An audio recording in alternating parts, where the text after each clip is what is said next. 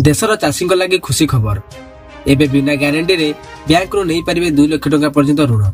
तेबे दर्शक बंधु आपण किपरि भाबे ए 2 लाख टंका लाभ उठाई पारिबे आसंतु जानिबा। ता पूर्वरु वीडियो को लाइक करी चैनल को सब्सक्राइब करने को बिल्कुल भी भूलंतु नहीं।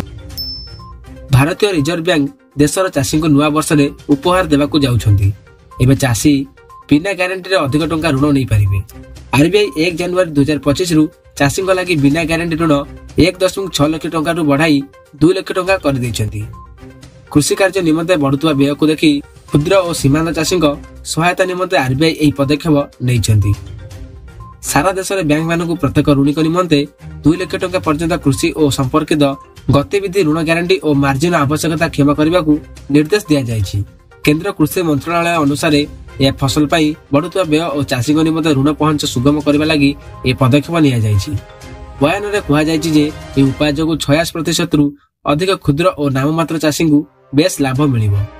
बैंक मान को गाइडलाइन लागू करने को और नुआ ऋण व्यवस्था संपर्क में व्यापक सचेतन सृष्टि करने निर्देश दिया जायछि।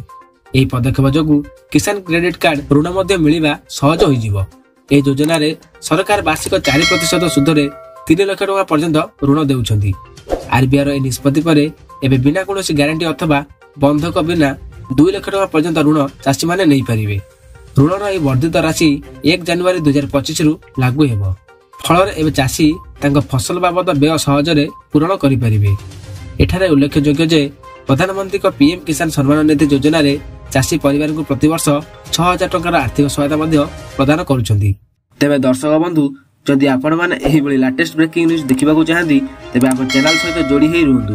चैनल को सब्सक्राइब करी पाखर थिबा बेल आइकन को दबाई ऑल ऊपर क्लिक करिया पई बिल्कुल भी भूलंतु नहीं।